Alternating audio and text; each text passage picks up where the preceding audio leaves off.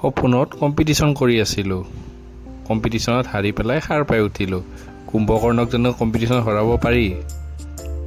পিছে নাই, টোপনিডালে মোৰ চকু এৰা নাই।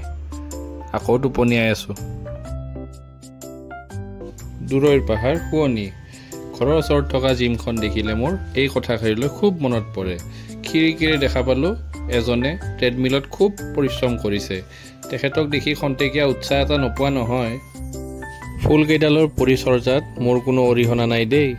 পিছে পৰীক্ষা এনেদৰে কৰিছোঁ যেন মই একদম এক্সপাৰ্টহে। আজি শ্ৰমিক দিৱস। শ্ৰমিক দিৱসৰ বিষয়ে অজ্ঞাত এদল শ্ৰমিকে শ্ৰম দিবলৈ ৰখি আছে। তাৰ মাজত দেখা পালোঁ এইজনৰ টি চাৰ্টত লিখা আছে হাল্লা বল। এওঁ বা আৰু কি কৰে। টোপনিটো অকণ ভাঙিছে। দাঁত ঘঁহিব আহিছোঁ। কিয় আপকে টুথপেষ্ট পে নমক হে?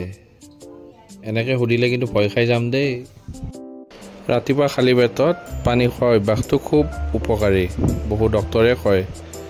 পিছে মোৰ এই অভ্যাসটো সঁচা দেই। বিচনাখন বহুত সময় এনেকুৱাকৈ থাকিলে মোৰ কিবা এটা ভাল নালাগে। ভাবিলোঁ নিজে কামত লাগি বিচনাখন আজি পৰিপাটি কৰি লওঁ। সেইমতে লাগি গ'লোঁ আৰু চাওক বিচনা ইজ ৰেডি। গৰমৰ দিনকেইটাত নিজে নিজৰ গা ধোৱা ৰেকৰ্ডবিলাক ভাঙি থাকোঁ। 2 বাৰ 3 বাৰ 4 বাৰ কত যে বাৰ। প্ৰায় ভাগৰে এই বস্তুটো হয়। গা ধোৱাৰ পিছত অত্যন্ত ভোক লাগে। মোৰো ভোক লাগে। তাকে চাহ আৰু পিঠা লৈ পেলাই বহিলোঁ। চাউলৰ গুড়ি পিঠা। লেতেৰা গাড়ীৰ তালিকাত শীৰ্ষস্থান দখল কৰিব পাৰিব আমাৰ গাড়ীখনে, তেনেকুৱা যেন মোৰ অলপ অনুভৱ হ'ল। বেচেৰা গাই ধুৱাব পৰা নাই বহুদিন। লেতেৰা পেতেৰা গাড়ীখনকে লৈ ৱাইফৰ লগত এঠাইলৈ ওলালোঁ। ক'ত যাম পিছে মোৰ একো আইডিয়া নাই।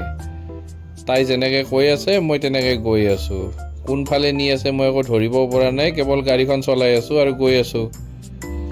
নাজানো ক'ত বা যাব।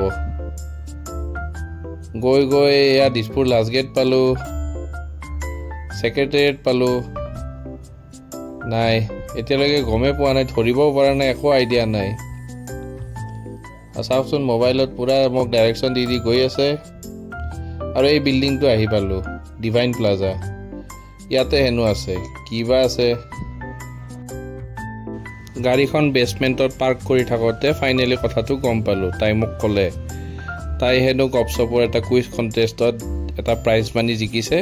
এটা গিফ্ট হেম্পাৰ পাইছে ডালমিয়া চিমেণ্টৰ পৰা, আৰু তাকে গপচপ অফিচৰ পৰা তাইক মাতিছে। মোকো লগত লৈ গৈছে। দুয়ো একেলগে তালৈকে গ'লোঁ। এয়া গপচপৰ অফিচত বহি গৰম বুলি 2 গিলাচ পানী যাচিলে। পানীৰ ঠাইত ক'ল্ড ড্ৰিংকছ হোৱা হ'লে অলপ ভাল লাগিলেহেঁতেন। অকণমান গলটো তিয়াই ইফালে সিফালে চাব ধৰিলোঁ। অলপ চেলফি টেলফি ল'লোঁ। আৰু এই বেনাৰখন যে দেখিছে, ইয়াত লতা মংগেশকাৰৰ পৰা, ভূপেন হাজৰিকাৰ পৰা, মহম্মদ ৰফিৰ পৰা, নতুন জেনেৰেশ্যনৰ সকলো শিল্পী, অৰিজিৎ সিঙলৈকে সকলোৰে ফটো আছে। আৰু এয়া RJ ক্ৰিছ, তেওঁ মোৰ ৱাইফক গিফ্টটো দিলে। এক্সাইটমেণ্ট সামৰিব নোৱাৰি গাড়ীতে গিফ্টটো আনবক্সিং কৰি দিলোঁ। আৰু ছাৰপ্ৰাইজিংলি এইটো এটা VR হেডছেট ওলালে। VR হেডছেট আগতে দেখিছোঁ, কিন্তু ইউজ কৰি পোৱা নাই। সেইটোৰ পিছতে বহু সময় লাগি আছিলোঁ, পিছে নোৱাৰিলোঁ। দিনটো চাগে আজি মোৰ ভালেই আছিল। আকৌ এটা বুক মাই শ্ব'ৰ কণ্টেষ্টত জিকা পাৰ্চেল এটা আহিলে। পাৰ্চেলটোত কি আছে তাইকে চাব দিলোঁ। আৰু পাৰ্চেলটোৰ ভিতৰত একচুৱেলি মই কণ্টেষ্টত জিকিছিলোঁ, তাৰে IPL মেটছৰ 2টা পাছ আহিছে।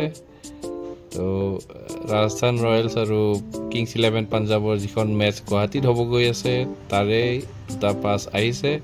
আৰু মই কুৱেশ্যনৰ এনচাৰ দি তাত জিকিছিলোঁ। গৰমৰ উৎপাত সহিব নোৱাৰি অলপমান বাহিৰলৈ ওলাই আহিলোঁ বতাহ খাওঁ বুলি। আহিছে মানুহ, গৈছে মানুহ। সেই কালজয়ী গীতটোলৈকে মনত পৰি গ'ল মানুহবোৰৰ ভিৰ দেখি। ফুটপাথত বহি থকা এই কুকুৰটোৱেও বতাহ খাইছে অলপ। তাৰ পিছে ইমান গৰম লাগে চাগে ন, ইমান নোম আছে তাৰ। এইবিলাক বস্তু মই খোৱা কেতিয়াবাই বাদ দিলোঁ। পিছে লোভ নালাগা নহয়। মুখত অহা পানীখিনিৰ লগত অকণমান ডাবৰ পানী মিলাই পেটৰ ভিতৰত ভৰাই থলোঁ আৰু তেনেকৈ ঘৰলৈ বুলি উভতিলোঁ।